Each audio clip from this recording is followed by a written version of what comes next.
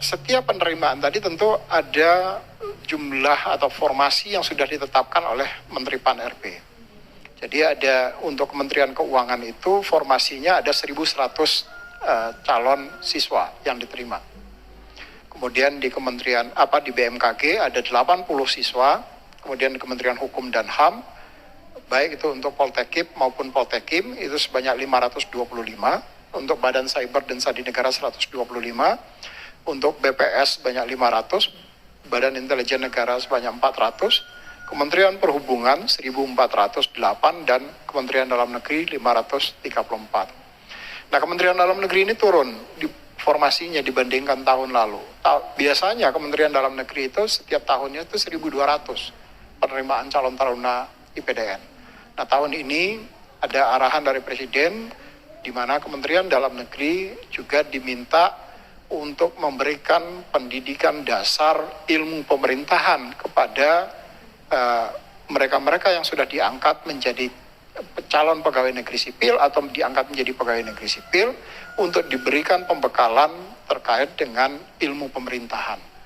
Sehingga orang-orang yang tadinya berasal dari dari pendidikan umum seperti dari universitas umum, ekonomi misalnya, atau kedokteran, atau dari teknik misalnya, mereka begitu masuk ke pemerintahan, maka Presiden menginginkan mereka kemudian dibekali dengan ilmu pemerintahan. Sehingga pada saat mereka sudah bergabung dengan pemerintah, mereka enggak, dalam tanda kutip, tidak buta dengan bagaimana pelaksanaan ilmu pemerintahan. Nah, sehingga dengan demikian formasi untuk IPDN, taruna IPDN-nya dikurangi kemarin, jadi dari 1.200 menjadi 534, karena sebagian dari alokasi anggaran tadi akan digunakan untuk memberikan pendidikan dasar ilmu pemerintahan kepada mereka-mereka yang sudah diangkat menjadi pegawai negeri sipil, khususnya yang masih fresh, yang masih baru-baru, yang pengangkatan sejak tahun 2019 sampai dengan 2021 kemarin.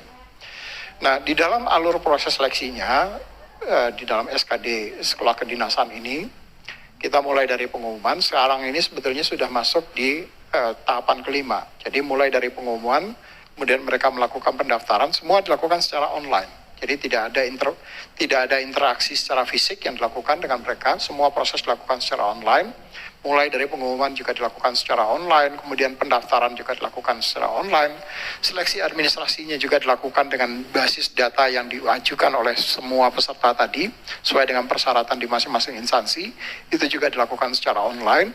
Kemudian karena sekolah kedinasan ini kan mereka membayar uang formulir lah, istilahnya sekitar nilainya bervariasi, ada yang 200, ada yang 250 ya, tergantung sekolah pendidikan kedinasannya. Kemudian dilakukan penjadwalan. Mereka-mereka yang lulus seleksi administrasi, mereka membayar PNBP, kemudian mereka pembayaran formulir tadi, kemudian mereka dijadwalkan untuk mengikuti seleksi. Nah, kami merencanakan seleksinya, ini juga sudah dikomunikasikan dengan 8 instansi tadi, direncanakan akan dilaksanakan tanggal 7 sampai dengan tanggal 21 besok.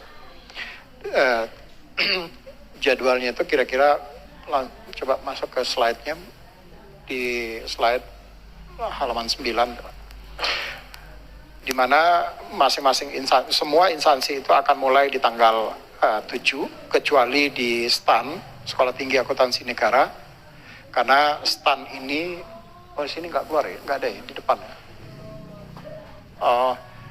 Jadi kecuali STAN itu masih menunggu hasil UTBK, ujian penerimaan melalui jalur di pendidikan perguruan tinggi negeri. Nanti begitu hasil UTBK-nya keluar, baru dari situ mereka kemudian merumuskan siapa yang kemudian dari lulusan UTBK tadi yang bisa dipanggil untuk masuk atau mengikuti seleksi di Sekolah Tinggi Akuntansi Negara ini.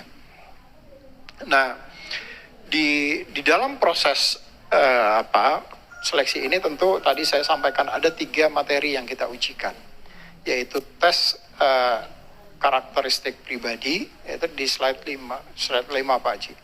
Ada tes karakteristik pribadi. Tes ini sebetulnya untuk mengukur kepribadian seseorang, apakah yang bersangkutan itu memiliki jiwa atau pribadi sebagaimana yang diharapkan di dalam peraturan perundang-undangan kita. Misalnya, apakah yang bersangkutan memiliki jiwa korsa untuk memberikan pelayanan terbaik kepada masyarakat atau tidak?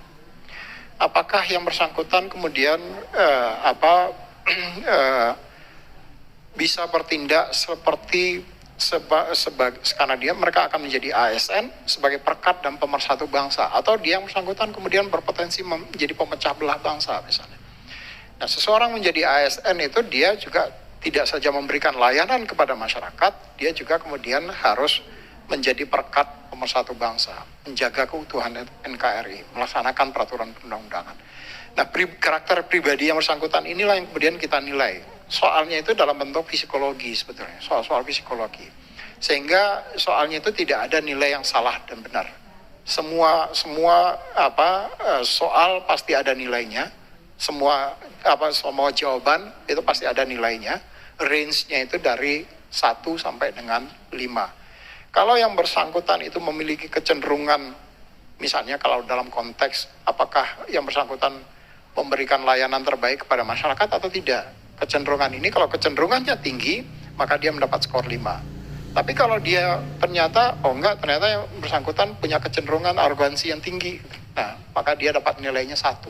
Jadi nilainya itu dalam bentuk range dari 1 sampai 5. Tapi kalau dia nggak menjawab, tentu nilainya 0. Jadi asal dia menjawab, dia pasti dapat nilai. Nilainya itu apakah 1, 2, atau 3, atau 4, atau 5.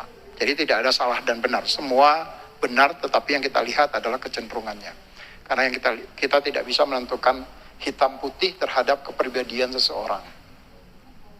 Nah, untuk tes karakteristik pribadi ini, standar nilai ambang batas yang sudah ditetapkan oleh Bapak Menteri PAN RB melalui Keputusan Menteri PAN RB nomor 137 tahun 2023, itu adalah 145. Jadi nilai minimal yang bersangkutan kemudian bisa lulus passing grade untuk TKP, itu adalah 156. Jumlah soalnya ada sekitar 45 soal yang kita ujikan untuk karakteristik pribadi ini. Nanti nilai minimal yang bersangkutan harus 156. Yang kedua, tes yang kita ujikan adalah tes intelijensi umum. Tes intelijensi umum ini tujuannya adalah untuk mengukur apakah seseorang calon yang masuk di dalam pendidikan kedinasan ini, yang kemudian mereka akan menjadi aparatur sipil negara, dia memiliki intelijensi yang tinggi atau enggak. Yang kita harapkan dari seseorang yang menjadi aparatur sipil negara, tentu orang yang smart, yang pintar. Maka kita kemudian melakukan uji, apakah yang bersangkutan tingkat intelijensinya tinggi atau tidak. Nah, tingkat pengukuran untuk atau standar ambang batas di tes intelijensi umum ini adalah skornya 30. Dengan jumlah soal ada 30 dan nilai ambang batasnya adalah 80. Nah, di tes intelijensi umum ini itu nilainya salah dan benar. Jadi kalau dia benar dia mendapat skor 5, kalau dia salah dia mendapat skor 0. Jadi skornya adalah kelipatan 5. Jadi setiap dia benar, kalau dia benar 10, maka dia dapat nilai 50. Kalau dia benar 25 misalnya, maka dia dapat nilai 75. Misalnya. Kalau dia benarnya 26, maka dia dapat nilai 80. Jadi kelipatan 5 skornya yang diberikan. Dan yang terakhir, tes yang kita ujikan adalah tes wawasan kebangsaan. Ini juga soalnya ada 35 dengan nilai ambang batas kelulusannya itu adalah 65. Ini juga sama dengan tes intelijensi umum. Ini adalah soalnya itu benar dan salah. Jadi kalau dia benar menjawabnya, maka dia mendapatkan skor 5. Kalau dia salah, dia mendapatkan skor 0. Jadi untuk dua materi ini, baik itu TIU maupun TWK, itu skornya standar penilaiannya adalah benar dan salah. Dan kalau dia benar, dia dapat nilai 5. Kalau dia salah, dia dapat nilai 0. Berbeda dengan tadi TKP, karena kita tidak bisa menentukan karakteristik pribadi. Batas waktu yang kita berikan selama seleksi, yang jumlah soalnya itu lebih kurang sekitar 100 soal, itu batas waktunya lebih kurang 100 menit. Jadi mereka harus menyelesaikan soal-soal tadi selama 100 menit. Kalau dia tidak bisa menyelesaikan soal tadi dalam 100 menit, maka sistem kemudian menutup. Jadi di dalam ujian CAT ini, seleksi akan berhenti itu hanya ada dua mekanisme. Mekanisme pertama yang bersangkutan kemudian menyelesaikan seleksi dan dia klik selesai, finish. Mekanisme yang kedua adalah dia belum selesai seleksi tetapi kemudian di stop oleh sistem karena waktunya sudah habis. Jadi seleksi ini ada batas waktu yang diberikan selama proses seleksi untuk menjawab soal-soal tadi. Nah, sorry, soalnya 110 ya. 110 ya.